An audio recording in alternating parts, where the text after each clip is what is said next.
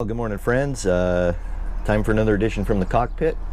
It's been about 2 weeks and a day since I dropped a valve in the motor of Rusty here. The number 6 intake valve, the head busted off, well, I got a brand new cat motor. I'm going to be rambling a little bit here about the Truck Country Freightliner dealer in Cedar Rapids. I want to get some notes down while I'm thinking about them. Some of the things I saw while I was just kind of waiting for things to get done, about the quality of their work, about the cost, and some other things as they come to my mind. So we're going to get ready to pull out of Cedar Rapids here, and I've walked through, done my safety checks. I think everything's pumped up, jacks are up, air pressure looks good. Got enough fuel to get us to the Flying J up in Waterloo, Iowa, where I'm going to stop and hopefully I'll find a truck wash up there too, because Rusty's pretty dirty after sitting in their shop for almost 2 weeks. What do you say? Let's roll.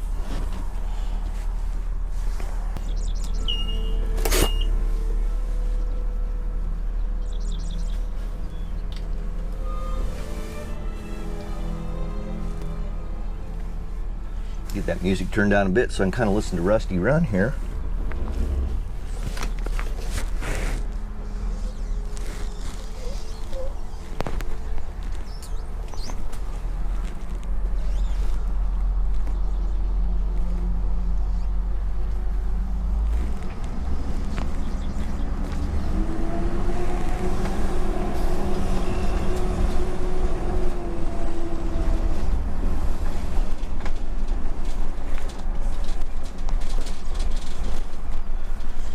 I forget them having the battery off. As long as they did, I'm probably going to end up having to reprogram the transmission, which took me a week the last time. But it's all good, I guess. I got a fresh new motor. Let's roll. Well, the rolling's good.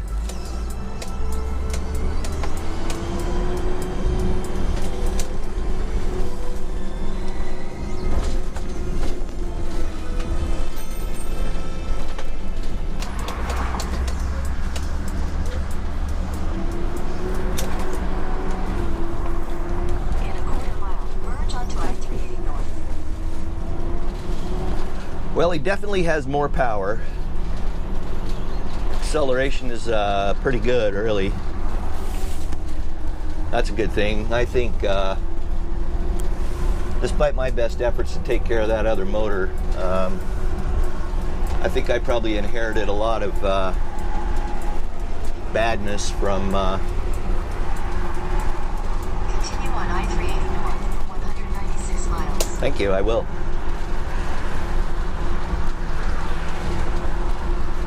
Definitely more acceleration, more power. Okay, so here's some thoughts around Truck Country in Cedar Rapids, Iowa. When I first had a problem with the RV, I called ahead to the company here, and I talked to a service advisor named Kevin. And he was a really friendly, nice guy. Kind of got a sense for what my problem was, and it already put me into the computer, because I told him that basically I knew I'd be coming in just based on what I was seeing. So I had spent the week, I'd spent like 4 days up in a little place called Taylorville, Illinois, visiting some very good friends of mine, the Garrisons, and pulled out of there about 10:30ish on a Thursday morning. Let's get some mirrors adjusted here, since the tow truck driver had to screw them all up. Anyway, cruising along pretty good, making good time. I was planning on stopping at a little town called Center Point, Iowa, and an RV park called the Lazy Acres RV Park. Well, about 4 miles from there, I started losing power. I just didn't understand it. I heard no noise, but I did notice that the RV was smoking pretty bad. And so that kind of gave me a sense for that I had thought I probably had blown an injector, or dropped an injector, or had an injector fail on me. But no power can also mean that you've plugged a fuel filter, but typically what the smoke with the excessive amount of smoke I was seeing, I didn't think it was a fuel filter. It definitely had something to do with the fuel system. I stopped and on I-380 North at exit 41, where I was going to be stopping for the night anyway, and limped into the RV park, blowing smoke like crazy, and got parked, and then got on the phone with my Good Sam Roadside Assistance. Good Sam Roadside Assistance has been great. I mean, they've been Johnny on the spot. They basically are just a front. They don't have their own stuff. I think they mostly resell Allstate's roadside assistance, because I've noticed a lot when I've used it that the vendor that they call out typically is responding to an Allstate claim number or an Allstate number. It's all good. I mean, it's been pretty good stuff. I definitely got my money's worth out of it, I can say that. It runs about $129 a year for my RV and my cars. So it covers everything, which is also really nice. Anywho, I pull in there and I get a hold of Good Sam, and of course one of their requirements is that they typically want to dispatch a mobile repair guy out, and they pay for the dispatch out, but then you pay for everything on site that the guy has to do, and any time after he arrives, and so on and so forth. And so they send a guy out to take a look at the rig, and he decided that the only thing that he could really do was change the fuel filter, and ended up having to meet somebody halfway from Cedar Rapids to pick up the fuel filter from him. He changes the fuel filter, but he doesn't have quite enough diesel to fill the fuel filter totally. So he does what he can. He puts it together. Tells me to get in, and of course we starve out for fuel because we don't have any suction, because the fuel filter's not full enough. So he goes and gets some more diesel and comes back, takes the filter off, fills it up, and we start it up, and it's blowing smoke like crazy, just as I expected. And so I told him that I had already talked to Freightliner. I'm going to have to change some glasses here real quick.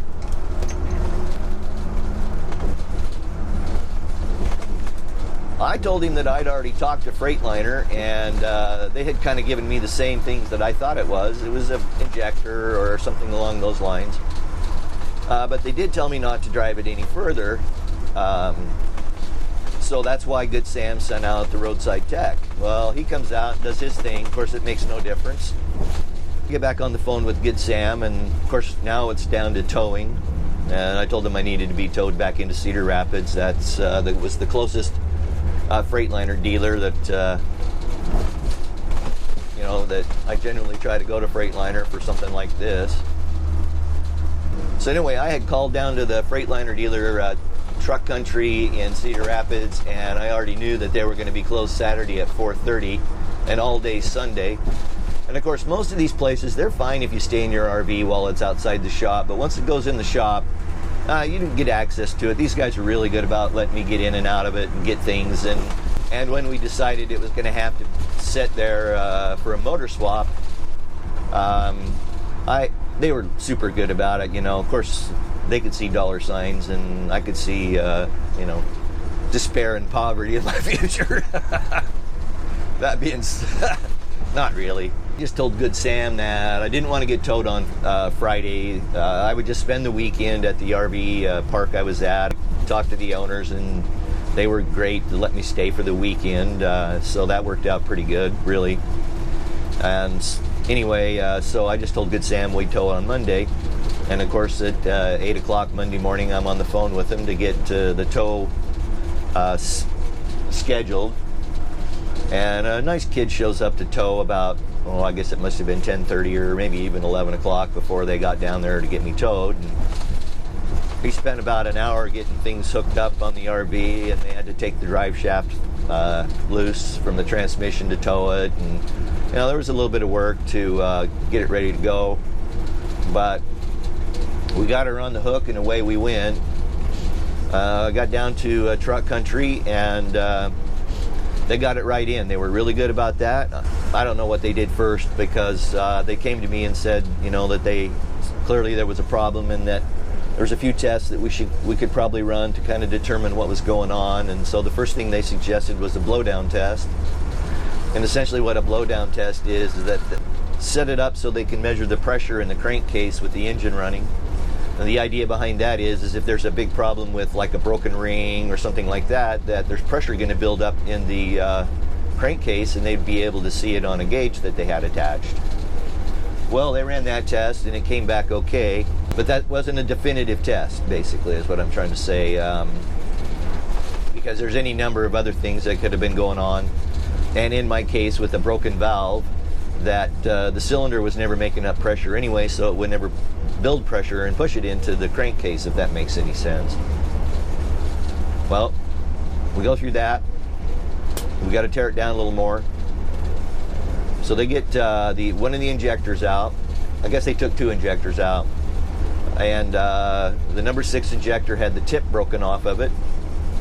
And so, and the turbo was cracked and leaking oil like crazy. So there was obviously something that had gone, terribly bad at that point. So I authorized him to go ahead and tear down a little bit further. They got the valve cover off, and we got to start looking at the valves, and the intake valve on the number 6 cylinder was just basically loose. And that's ultimately because the head had busted off. And so then the question was, okay, we know we got to get the head off. Let's go ahead and tear down the head. Once they got the head off, which really wasn't until Tuesday morning, by the time I got over there, they were just taking the head off. And we discovered that the busted intake valve and some pretty severe damage in the cylinder. It had scarred up the piston pretty bad. It didn't break the piston, which was a little surprising, but it had scarred the piston pretty bad. There was a pretty bad scar in the cylinder wall.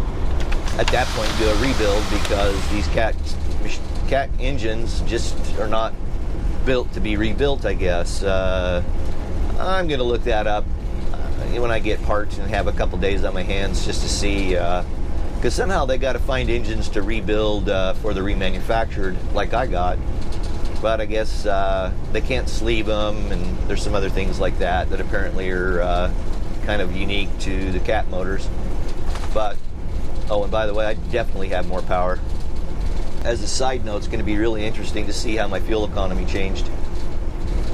So back to my long and never-ending story. So once we're at that point, we got the head off. We know we got a busted valve. We know we're going to have to that the head's going to have to be redone. We know that the cylinder's damaged. We got a turbo that is going to have to be replaced. It made a lot of sense to me to just go ahead and do what they call a swing-in, which is a remanufactured motor with all the motor components replaced, and then basically all I have to do is bolt the accessories back on. And when I talked to them on Tuesday of this week, because Monday was Memorial Day, the service manager, Derek, and I got his last name here somewhere, I don't remember what it is right off the top of my head, indicated that yeah, they were getting pretty close, and so I made arrangements to leave my dad's on Tuesday and drive back up to Cedar Rapids. Well, when I get here, they still had some problems they were working through, which I kind of expected.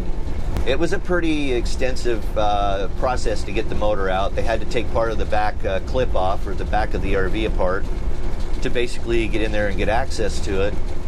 Of course, there's lots of electrical connectors and various other things that are involved in that. In a coach this old, they're probably pretty corroded, and going to be a little bit of a problem to get them back together.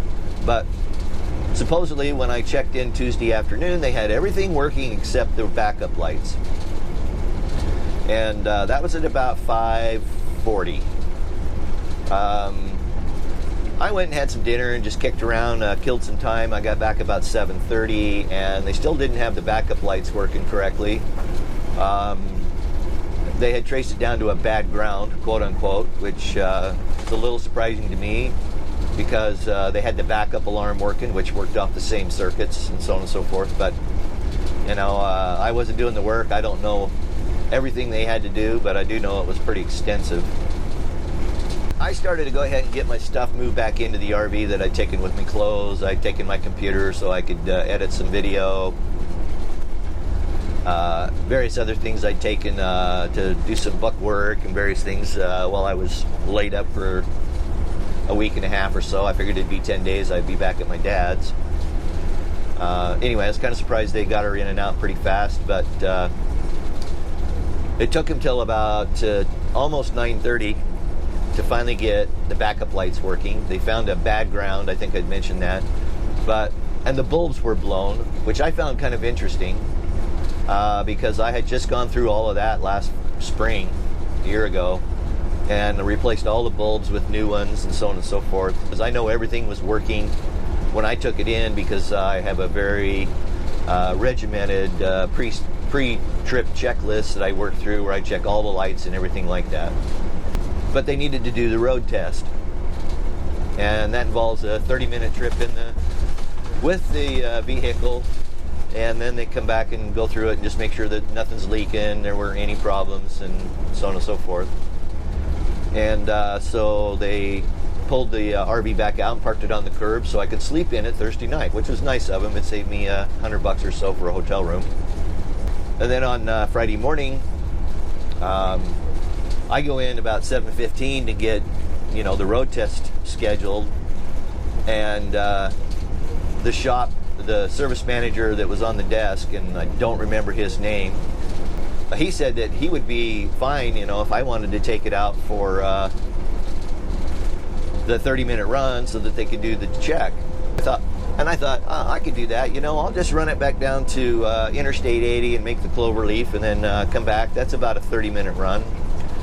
I didn't get to the end of the block where I was making a left turn onto 6th Avenue when I completely lost power steering. I had no power steering at all. And passing the truck here, so we'll pay attention to what I'm doing for a minute. It took everything I had to get another left turn out of this puppy because I'd lost my momentum, and the wheel's not turning very fast and no power steering. It's tough to drive one of these heavy guys. But I got her back to the dealership, went in, told them, yeah, it's no bueno. I head up, sit in the driver's lounge and read a book. And finally about, I don't know, must have been, I got back to the dealership there probably 8:20. It turns out that the nut on the front of the compressor had come loose. That drives the power steering and, of course, the air compressor. So I could have got out on the road somewhere and not had any air pressure for braking and or power steering. I could have been quite a ways from the shop if it did fail. And then I'd have been looking at another tow. Of course, that would have been on them, but, who wants to go through that again? It was painful enough the first time, even though I didn't have to pay for it. Okay, so finally about 1:23, they get it moved back out onto the curb, and I guess it's ready for its test run. He wanted to know if I wanted to make it on the test run, and I said, yeah, not this time, pal. I'm thinking to myself, fool me once, shame on you. Fool me twice, shame on me. So it sits out there on the curb for 2 hours. Finally, about 3:20, 3:30, this is Derek, the service manager, gets back from wherever he was. I hadn't seen him all morning. He sees me headed out for a little walkabout to kind of cool off a little bit because I was getting a little bit short on patience and could feel my temperature rising a little. He asked me how it's going, and I basically waylaid him. I says, for crying out loud, it's been sitting outside for 2 hours waiting for the road test. And how much longer am I going to have to wait for the road test? Well, they scrambled around and went and found somebody to take it out on a road test who was apparently one of the quote-unquote sales drivers. So they probably have a driver that moves vehicles around and stuff like that. I'm still sitting outside when he comes rolling around the back of the building, jumps out of the RV hollering, I don't know anything about these things, and blah, blah, blah, blah, blah, blah, blah, blah, blah, blah, blah, blah, blah. The guy's blowing a frickin' fuse. And just because the jack alarm was on, and just from vibration, these jacks settle out a little bit, and the sensors are really sensitive on them, and so I generally run down the road with jacks in the store position anyway, always have. Of course, they didn't know that, but this guy's freaking out. I happened to hear him and was teasing him about if he wrecked it, he bought it kind of thing, and so I got in, turned the jack store on, put the jacks into store position. Of course, the right front jack lifted right up, and the alarm went out, and away he went. He's gone about 30 or 40 minutes. I really didn't pay any attention, but I did see him come back and park it back on the line because I was standing there talking to a really nice guy, a driver for Apollo Freight, who was a retired 747 cargo pilot. And unfortunately, his wife had passed away about 7 months ago, and to keep himself busy and to kind of process through that problem, he got a job driving truck. Apparently it's something he had done before. But we were standing there talking, and so I'm sitting there waiting, and I waited about probably 40 minutes. I never saw anybody walk out to the vehicle or do anything. Then I head to the restroom, and the service manager comes in, finds me, and he says, "Hey, we're all ready to go. It's all been checked out and everything's good, and let's get your money and let's get you on the road." Of course, I was excited, but at that point it's 5 o'clock. Lost another day. Now I know how you poor truckers feel. At that point, I'm not going anywhere. I said, heck with it. I was going to go down and get some fuel. It was going to take me an hour or so to get all my tow gear put back together, get everything hooked back up, kind of get ready to roll down the road. And so I just parked up on the curb near the shop and spent the night there. So here we are this morning with a new motor. Got a lot of power. I'm really impressed with this new motor. It's really responsive. It's running pretty good. Running idling really good, at least so far. I'm jinxing myself here. I expect to have the motor fall out here any minute now. The nice thing about getting this swing in is I've got a 3-year, 100,000 mile warranty on it now from Caterpillar, which I feel really comfortable with. I was pretty happy it had a Caterpillar motor in the first place. Caterpillar has good industrial equipment, and that technology gets into the trucking industry with their motors. But I guess it's like Cat, Cummins, Ford, Chevy. Everybody has their own opinion. But so far it's running out pretty good. And so since I've been talking here for about 25 minutes, basically just making some notes for myself because I want to sit down, I want to write a letter and discuss some of the things I observed while I was sitting there waiting for them to work through the issues that still existed on the coach when I got there. The night shift at the shop, they were a bunch of offs. I saw them standing around talking bullshit on their phones, texting, whatever else, most of the night. There was one fellow that was working on my RV. He was super nice, and he was working on it, but then all of a sudden, he just disappears. And because he had got down, figured out that he needed 2 taillights, and the Freightliner dealer didn't have any. So I guess they must have run down to O'Reilly's or someplace to buy some to finish up the project.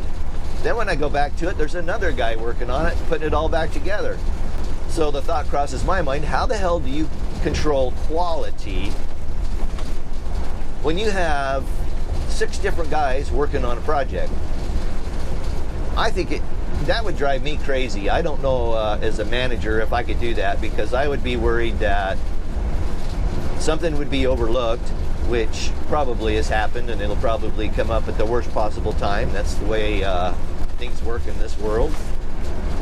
But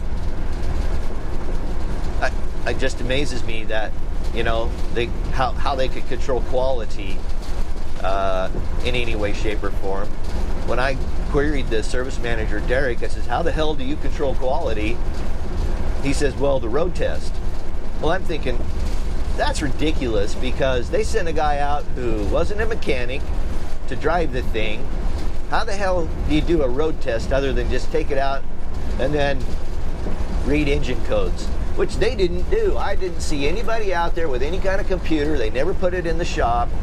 So, you know, I think that they probably shortcut it because they realized I was probably getting a little short on patience.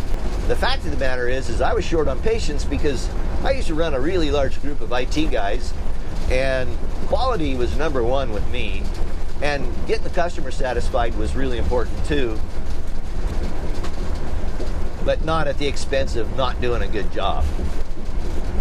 A quality job with no callbacks, no comebacks, because comebacks and callbacks kill a company like that. The other thing that I kind of casually have observed is that I'm thinking this has probably been a problem for the company for a while, because the service manager was had just come down from I think Milwaukee is what he said, up in Wisconsin, and he didn't even have business cards yet. Here's my guess, and this is just pure postulation, but based on what I have observed in my business acumen, having run a large department and had a lot of moving parts in it like a truck repair shop would, they probably had a really shitty service manager. They probably fired him, moved somebody else down. I wish him well, because I've been in that situation, and it's a lot of work. It's a lot of hard work. I'm going to wrap this edition of From the Cockpit. I've had a few minutes here to kind of express some thoughts that I want to get down on paper, quote unquote, so I can send a letter. I will say they were pretty fair with pricing. When I got the first invoice, they were pretty much charging me full list for this rebuilt motor. When I first got the estimate, I got on the phone and I called a cat dealer up in Springfield, Missouri, and I got a price on a motor. And my price, of course, was about, I think it was $17,000 with the core. A core charge of $5,800, which, what a core charge is, if you're not familiar, that just means that they want the old piece of equipment back so they can harvest off of it anything that's still workable and use it to do rebuilds with in the future. Like the motor I have probably came out of another piece of equipment that had some sort of a failure, and they ended up replacing the motor. You know, I'm not opposed to anybody making a fair profit, but I don't think 50% is a fair profit. And I was going to let him know. I was going to beat him down. And of course, on a ticket as big as mine was going to be, I knew that there was going to be some room. And I do know, and I do appreciate the fact that they did a lot of stuff that they didn't charge me for. I'm pretty sure of that. Hey, oversized at exit 55, you going to pass? I'm in the RV behind you. I just don't want to cut you off. Yeah, come on around. Thanks, brother. Have a good day. Hey, you know your antenna's up, your TV antenna's up. Oh, shit. Thanks. That's my favorite thing to forget in my old age. I didn't think you'd want to get lift off. It wouldn't be the first time. Thanks, brother. I'll get stopped up here when it's safe and get her down. Oh, let's do a little update to my previous From the Cockpit. I pulled over to put my TV antenna down. That's one of my favorite things to forget, is to do something with that. And I've got no power steering again. So it looks like I'm sitting here on the side of the road, probably 30 minutes north of truck country, maybe 40 minutes north, and waiting for them to call me back to let me know what they're going to do. I've talked to the service guy Terrence, and I didn't drop the F-bomb once, so good job, man. But I'm telling you what, my patience is completely wore out on this. Well, hey everybody, TR here with an update on From the Cockpit for June 2nd. And still sitting here broke down alongside the road, 380 north, about 6 miles out of Waterloo. And called the dealer who put the motor in, and they've dispatched a tow truck. So it looks like I'm going back on the hook and getting hauled back to the dealer, which is basically another lost day. Not that I have any particular schedule, except now we're getting into some reservations I had for up in Deadwood, South Dakota, that I'm within a 48-hour window, so they're not going to be refundable or changeable. So now it's costing me money. And and what little patience I have left with this particular situation. So I'm sitting here a little freaked out on side the road watching these big trucks go by and hoping to hell that one of them doesn't take the sight off this thing before the tow truck gets here and gets me out of this situation. Fortunately, I'm safely off the side of the road with my hazards on, but that doesn't give you much comfort. As you can see in this video, even with the trucks over in the left lane, the air is rocking this puppy hard, and there's been a number of cases where the trucks can't get over because they just can't get over because there's traffic blocking them. I guess I'm pretty disappointed, feeling a little dejected right now, and hoping like heck that that tow truck shows up pretty quick and gets me out of this situation.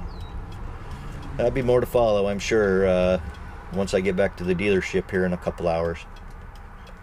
Peace. So I'm back to wrap up the story of this motor situation that I lived through for about 3 weeks. The tow truck driver showed up about 5 minutes after I recorded my last update, and then back on the hook we went into Cedar Rapids again to the truck country, and they got that RV in and got it taken apart real quick and figured out that the nut had come loose again on the front of that compressor. And so at this point they were going to have to warranty that compressor, and the closest compressor was in Houston, Texas, and so this was Friday. It was going to be Monday before the compressor could get there, and so I was looking at spending the weekend at Cedar Rapids again. So with this in mind, I went and grabbed the service advisor and had a little chat with him and told him I was a little bit put out that I had gotten that far out of town and lost my air pressure and power steering. Now, I was able to get safely to the side of the road, and then that's when the air and everything kind of went because I was setting the brakes and so on and so forth. But, you know, it still could have been a pretty bad situation if I'd have been, say, in Waterloo traffic or something like that. So spending the weekend there put me on to getting out and do some exploring, and so I was going to go down to a little wildlife management area and maybe take some pictures and stuff, and I did that while I was out. But I also decided I was going to go over to the Amana colonies. It just so happened I was down there and having my continental breakfast, you know, free for the hotel stay, and was chatting with a guy that was sitting at a table. And he was there for a Renaissance Festival, and so I said, well, what the heck, I'll go out and check out the Renaissance Festival. It happened to be out in the Amana colonies, which was pretty cool.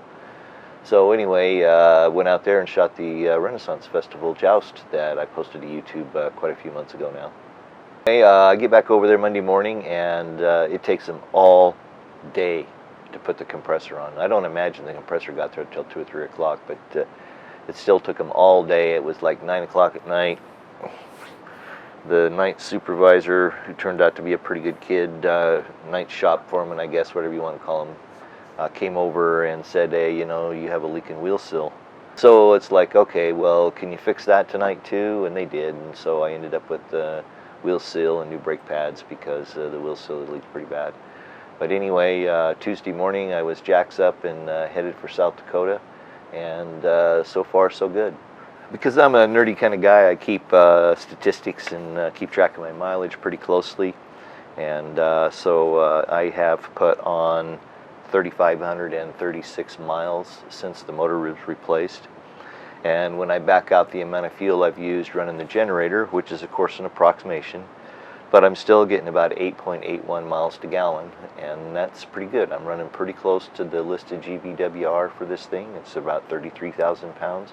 I do stop and get it weighed occasionally when I've got fuel on, and I also had it weighed when I had fuel and a full 105-gallon water tank when I was headed out for a boondocking trip for 2 weeks. And that actually was putting me right at the maximum capacity for the coach, which made me pretty happy because I carry pretty much all my stuff in it. I live in it full time. So yeah, we're about 5 months later now, and pretty happy with the way it's running. It did set me back a little bit this summer. I had to change some plans and managed to stay out on the West Coast, where I knew I could boondock a little bit more and save a bit more cash here and there. But it was a great summer in the West. I kicked around Idaho most of the summer and got to go to some places that I really liked there. And I've produced quite a few videos of those that I've posted up. But I was kind of waiting to put this together so I could kind of think it through, and it's long enough as it is, so I think I better go. Thanks for watching. Hope you enjoyed it. And until we meet again, peace.